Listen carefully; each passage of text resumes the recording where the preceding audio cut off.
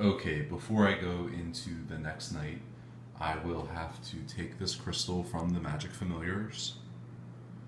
I will discard it, and I will replace it with one of my crystals from my inventory. I'm not sure exactly which color I should place. If I place blue, I'll receive block of 7, and if I place green, I can receive heal of 3. Let's take a look at the map. This is the lay of the land going into the second night.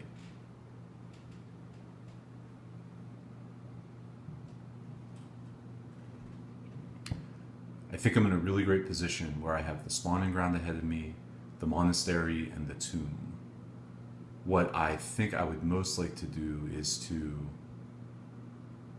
move into the spawning ground, fight 2 of the dungeon enemies, defeat them and claim the rewards, including an artifact, move to the monastery, play my enemy faction token to allow me to swap my Beguile skill with the Bonds of Loyalty skill from Norwas, recruit one of the new units who are yet to be placed into the offer, then make my way up to the tomb,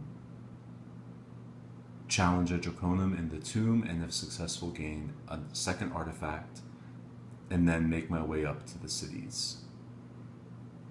I already have heal available to me from one of the enemy faction tokens, and some of Braevalar's unique cards give him a heal as well. So I think I'm going to take a blue crystal from my inventory so that I receive the enhanced block bonus from the familiars. I will simply take the blue.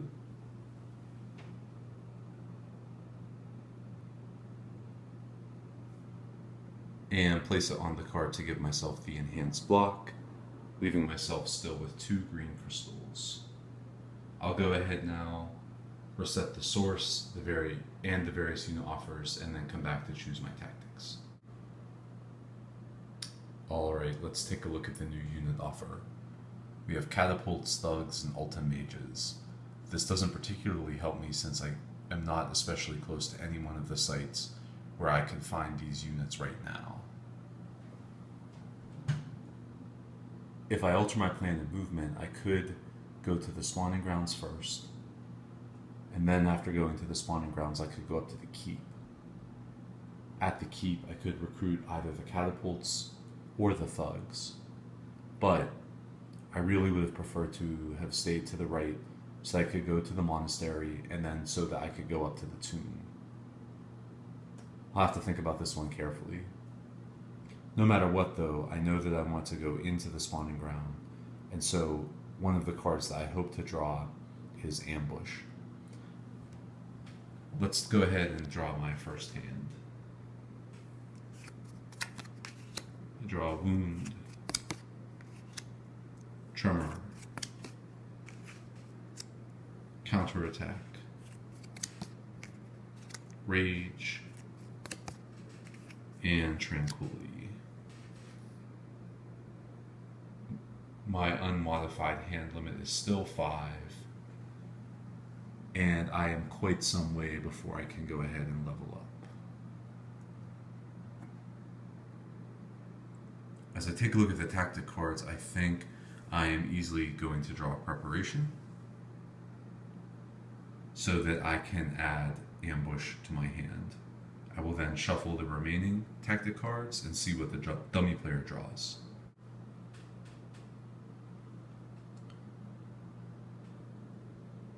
I've drawn Ambush into my hand, and the dummy player has drawn Sparing Power. I will discard Sparing Power, and I can also go ahead and discard Preparation now that I have chosen Ambush.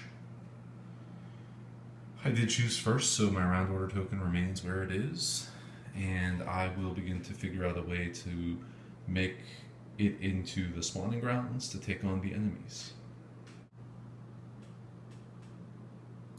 I am going to take a green crystal from my inventory, and I'm going to use it to receive the more powerful effect of Ambush, which is move 4. It also says that you add +2 to your first attack card of any type or +4 to your first block, whichever you play first this turn. So, the movement of 4 allows me to move in to the spawning ground. It actually would only have required 3. And now I am going to draw the 2 dungeon enemy tokens to see who I'm facing. Before doing so, I will take this green die, which I will later return to the source as green, to see if I'm facing the new enemy tokens or the older ones. It's green, so the first one is one of the originals.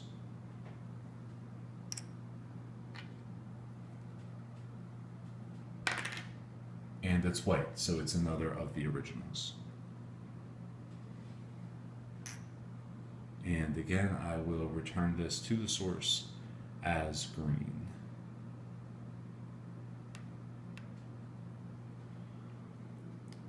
Let's see what was waiting for us in the spawning grounds.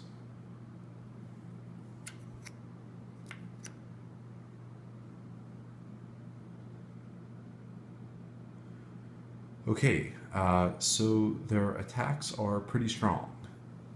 He has a physical attack of 6. He has a cold fire attack of 4, but since I don't have anything resembling cold fire block, unfortunately that means I will need a block of 8 in order to successfully block him.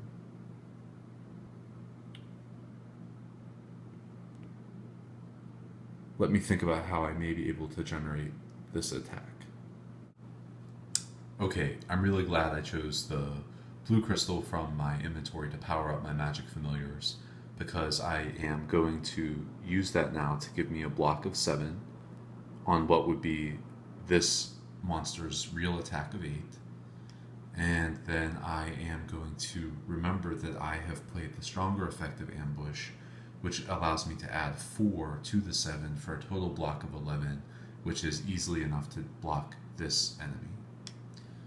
To block the second enemy, I am going to use block 3 from my crossbowman, 4/5 from Mage, and 6 when I play Tranquility sideways. So, I have successfully blocked both enemies, and now to attack, I'm going to take 1 red die from the source. Going to use it to receive the more powerful effect of counterattack, which gives me an additional attack 3 for each enemy blocked this turn, on top of attack 4. So that would be a basic attack of 4 plus 6, because I've blocked 2 enemies, is a total of 10. 6 and 4. 6 and 4 is 10, so I successfully defeat both. Because I've defeated both, I am going to go ahead and claim the rewards of the space. So the first reward is an artifact. When choosing an artifact, you always pick 2 off the top of the deck and then choose 1. The first I see is Horn of Wrath, which will be very difficult to pass up. And the second is the Sapphire Ring. For me, this is a no-brainer. I will place Sapphire Ring on the bottom of the artifact deck, and I will take Horn of Wrath. When I claim it, I simply add it to the top of my deep deck. Now I'm going to gain 3 random mana crystals. To determine their color, I'll roll a die 3 times. If I rolled gold, I can choose the color, and if I roll black, I will receive 1 fame instead. So again, I will take the green, eventually returning this to green. The first crystal I receive will be of my choosing. So I am actually going to take white. The white crystal, I've added it to my inventory. I will roll again. And it is green. So I've taken the green crystal, I've added it to my inventory. And for the last, I receive red. So I will add a red crystal to my inventory. when I initially started playing, I thought that I would be able to take even gold or black crystals into my inventory, but that's actually never possible. And it's not possible because they are unstable and they can only exist as tokens. They can't actually exist as a crystal that you would store within your inventory. Okay, so I have gained my artifact. I have gained my crystals. Next, I am going to gain my fame. So I receive a total of 4 and 5 for 9.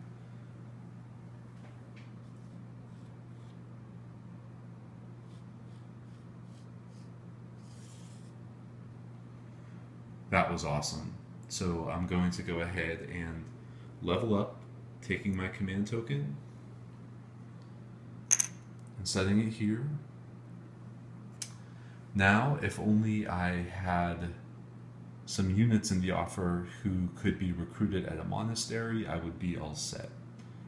As I clean up my player area and then move to the dummy player, I'm going to carefully consider whether or not I might not want to move up to the keep in order to recruit those catapults. It's something to consider. I've cleaned up my player area, and now I will draw back up to my new hand limit of 6. So I have 2 in my hand, 3, 4, 5, 6.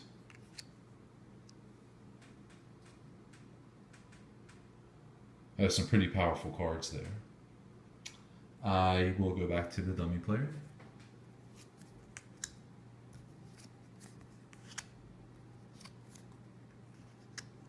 And again, Norawas has 2 silver crystals, so he will draw up 2 more cards.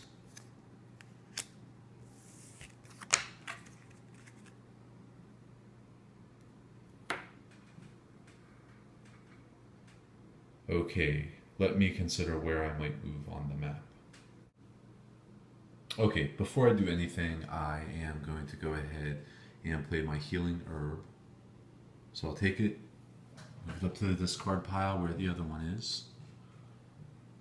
That allows me to heal 1. So that's 1 less wound I have to deal with. And then I actually am going to move into the keep by playing both swiftness for a total of move 4.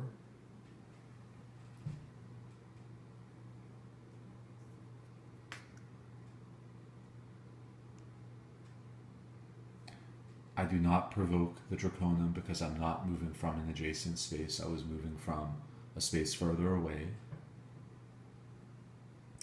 I will be sure to lower my reputation. And we will take a look to see what I'm facing.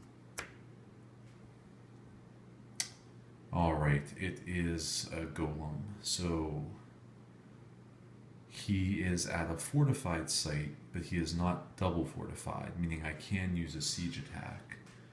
And I am in very, very good position to be able to do that now. What I can do is I could take a blue mana from the source.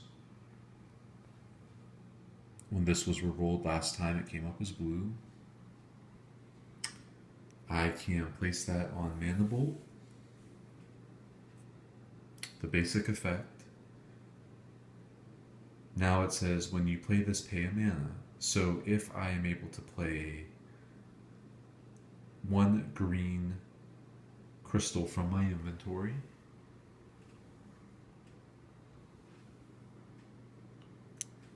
that gives me Siege Ice Attack of 5, which allows me to defeat him completely. So I am, that is going to be my play. I'm going to go ahead and take him out, and I will claim the 4 fame as a reward.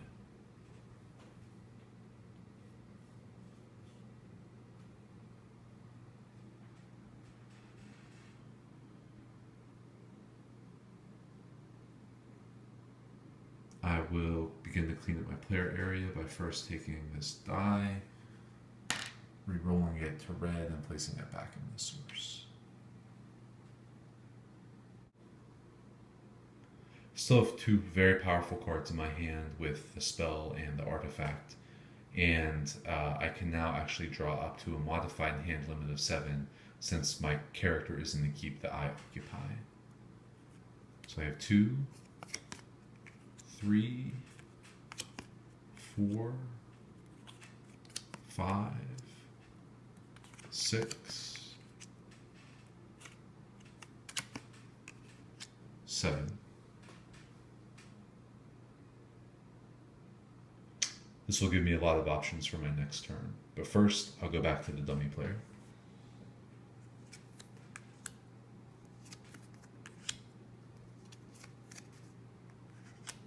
Again, he has 2 white crystals, so I'll draw 2 more cards. And then come back to me.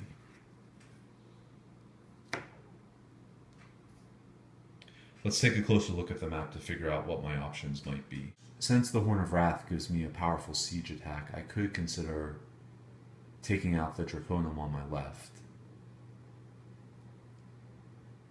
Before I do that, however, I really need to take advantage of my movement phase and open up one of the core tiles ahead of me to the north. There are only 2 core tiles left, so I know this is going to be the city. Once I see the layout of the tile, I think I can make a more informed decision as to whether or not I have time to face the Draconum, or whether it might not be better for me to move up into the city. Let's see how I can generate movement. I think I'm going to do it in the simplest way possible now by playing the basic effect of March for 2 movement. This is what the tile looks like. And it's the blue city.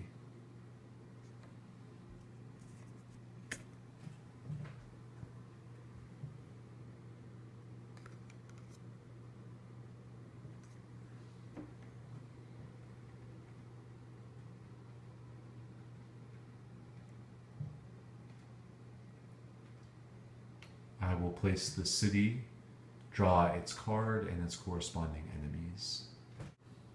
Okay, I've placed the city. I'm playing with the cities being the first revealed at level 5 and the second at level 8.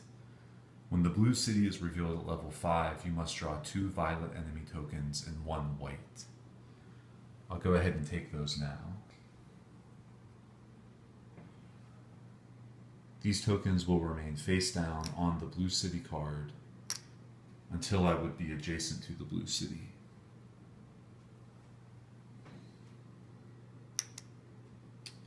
I also need to reveal a Draconum. So, to see which Draconum I'll face, I'll take the green die from the source.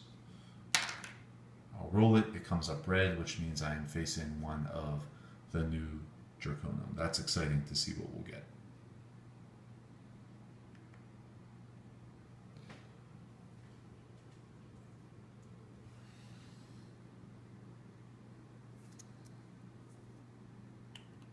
Wow, that's a pretty intimidating looking dragon. Most importantly, perhaps, he does have the paralyze ability. So, I'm going to go ahead and set him on the map. And because of the way the map is currently laid out, there is no way for me to attack the blue city without provoking him. So I'm really glad I decided not to attack the dragon on my left, because the attack that I would have spent on him, I would be better served using on the dragon that is adjacent to the city.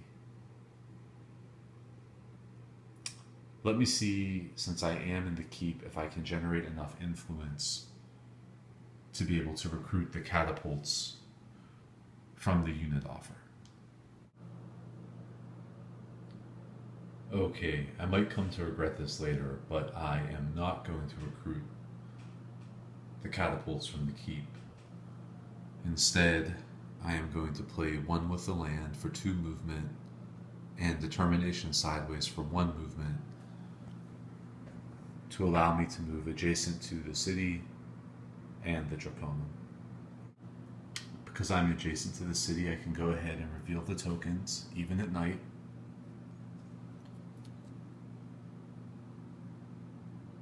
gunner or a freezer.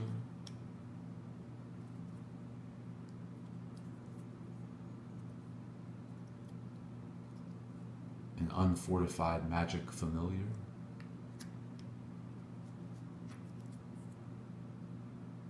And a sorcerer with arcane immunity. In the Blue City, all enemies have their various kinds of attack buffed, as you can see here.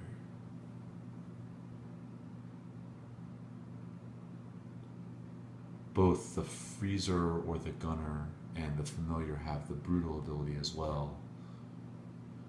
So that would mean 12 damage from both of them, which is really, really significant. I think what I'll do is to go ahead and use my ranged and siege attack against the Draconum now. I am going to do that by playing Horn of Wrath for siege attack 5. And then I will go ahead and flip my skill to give me a blue mana token for ranged attack 5. If we take a closer look at this dragon, we can see that it is not fortified, so I can use both range and siege attack. Total of 10 there is enough to defeat this enemy. I do receive the reputation bonus of 2 since I've defeated my first dragon. And I am going to go ahead and take the fame.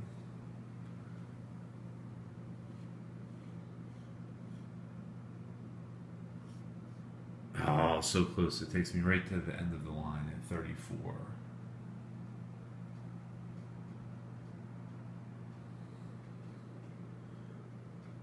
I will clear up my player area before drawing up to my new hand limit and then going to the dummy player.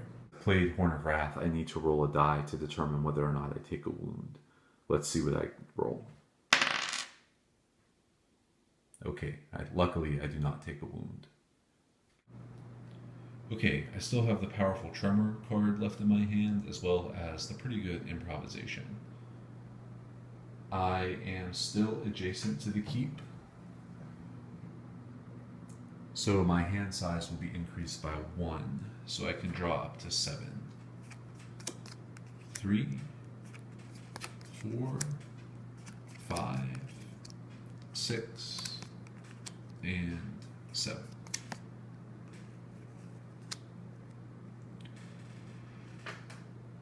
Not an especially good hand for taking the city when your recruits are spent. This movement that was lingering there, I just will go ahead and add to my discard pile. Back to the dummy player.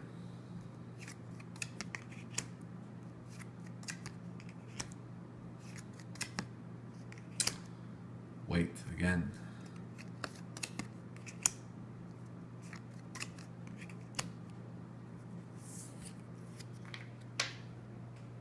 Let me think about how I might approach this next turn.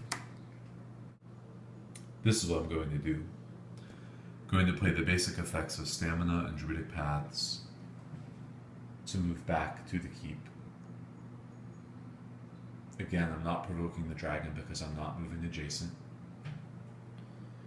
I am going to take green mana from the source to use it to power up concentration, giving me influence of 6. And then to get up to influence of 9, I am going to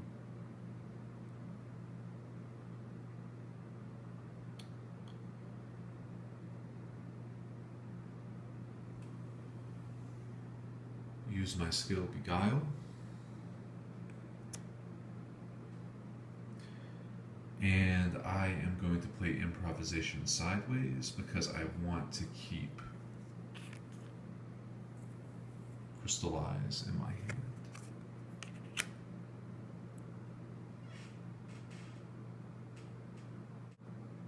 So I have influence of 4, 5, 6, 7, 8, 9. My reputation has been going up because in the north I've been killing dragons like Jon Snow,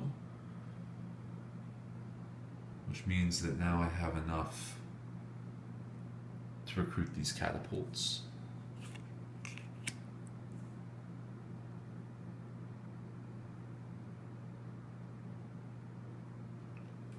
I still have Tremor and Crystallize in my hand. I'll clean up my player area, draw my new hand limit, and then go back to the dummy player. Okay, my area is mostly cleaned up. I just want to re-roll this die. Comes back as red, so we now have 3 red in the source. I will go ahead and discard concentration, and I can technically draw up to 7, but I don't have nearly that many cards left. I think I will have a total of 5.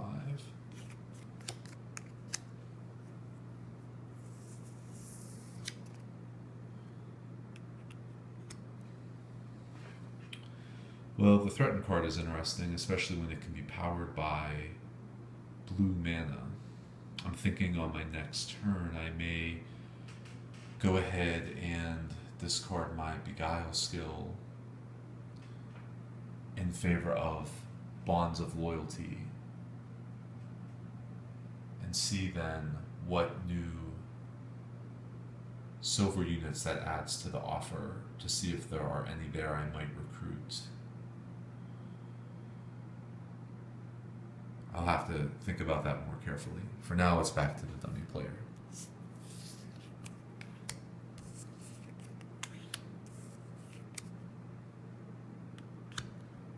Norwas has 2 green crystals. No more cards, so again, I will place the card sideways to remind myself that when it comes back to him, he will announce end of round. Now, what should I do? I'm going to fight. What I'm going to do is I took the last green crystal from my inventory. I placed it on Tremor. I will use that to reduce this Draconum's armor by 3, taking it down to 4. I will alleviate the overabundance of red mana in the source by taking a red die, placing it upon my catapult for a siege fire attack of 5, which is more than enough to take out this Draconum.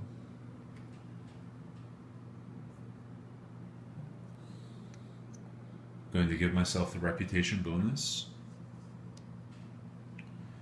I am then going to give myself the fame bonus of 8.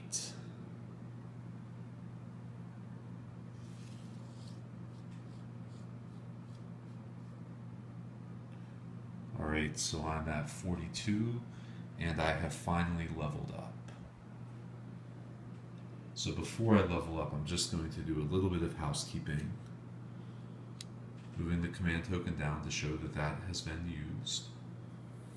Shifting, threaten, crystallize, mana draw, and rage to the side to show that they have not been used. I will go ahead and draw my 2 skill tokens.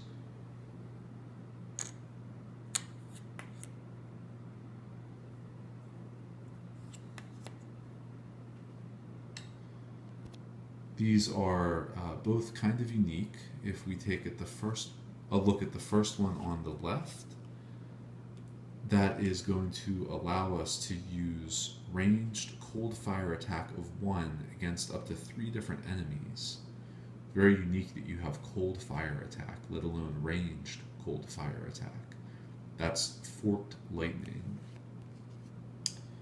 The other attack that we have available to us is elemental resistance. Once a turn, ignore either the next 2 points of damage assigned to your hero from a single fire or ice attack, or 1 point of damage from another type of attack. These are both incredibly tempting skills, but as tempting as they are, I don't think they are going to be as beneficial to me as the motivation skill.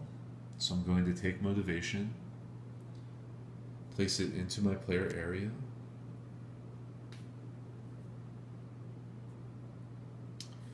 I am then going to go ahead and take the lowest advanced action card, place it on what would have been the top of my deed deck. I will take Forked Lightning and Elemental Resistance, and I will place them into the skill offer. Because of the Tome of Relearning enemy faction token, actually one of those would be available to me at a later point, although it's still hard to think of taking anything other than Bonds of Loyalty.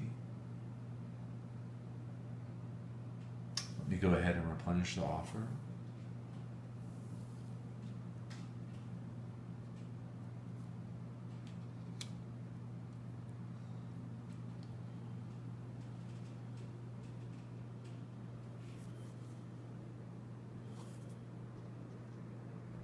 I will go ahead and clean up this area, returning the crystal and discarding Tremor. I will draw up the new advanced action card I just gained, Ice Bolt. The dummy player announces end of round, and I have one final turn.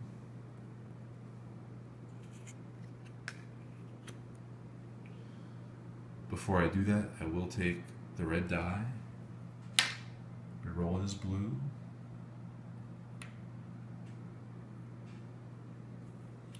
and now I can begin to consider my final turn.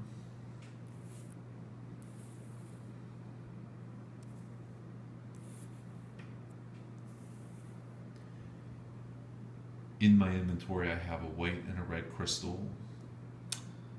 I think I am going to plan to keep the red crystal so that I can feed it to the magic familiars at the beginning of the next round, buffing their attack value, which will be needed for the cities.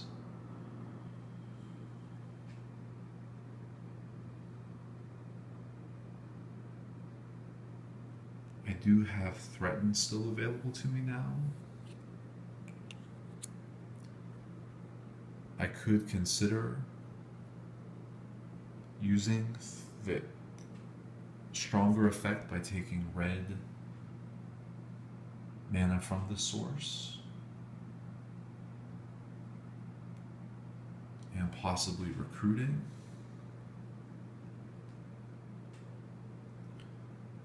I could do that if I were to take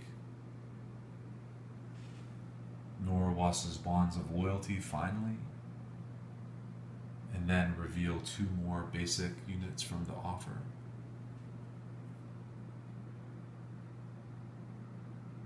I'll have to think it over. Here's what I'm going to do. I'm going to use the basic effect of Ice Bolt to gain a blue crystal to my inventory.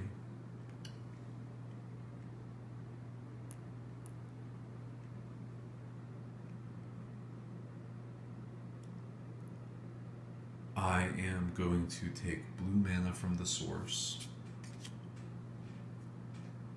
to play on Crystallize, and I'm going to use that to give myself either a red or a white mana.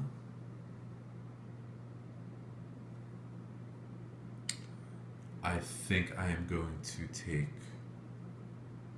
red. That will give me more flexibility with my catapults. So I add this red token. Now that will leave me 1 to use on the catapults in the next round and 1 to feed to my magic familiars. And then I am going to play Mana Draw, Rage, and Threaten all sideways for a movement of 3. That will take me adjacent to the city. So I am well positioned for the start of the last day.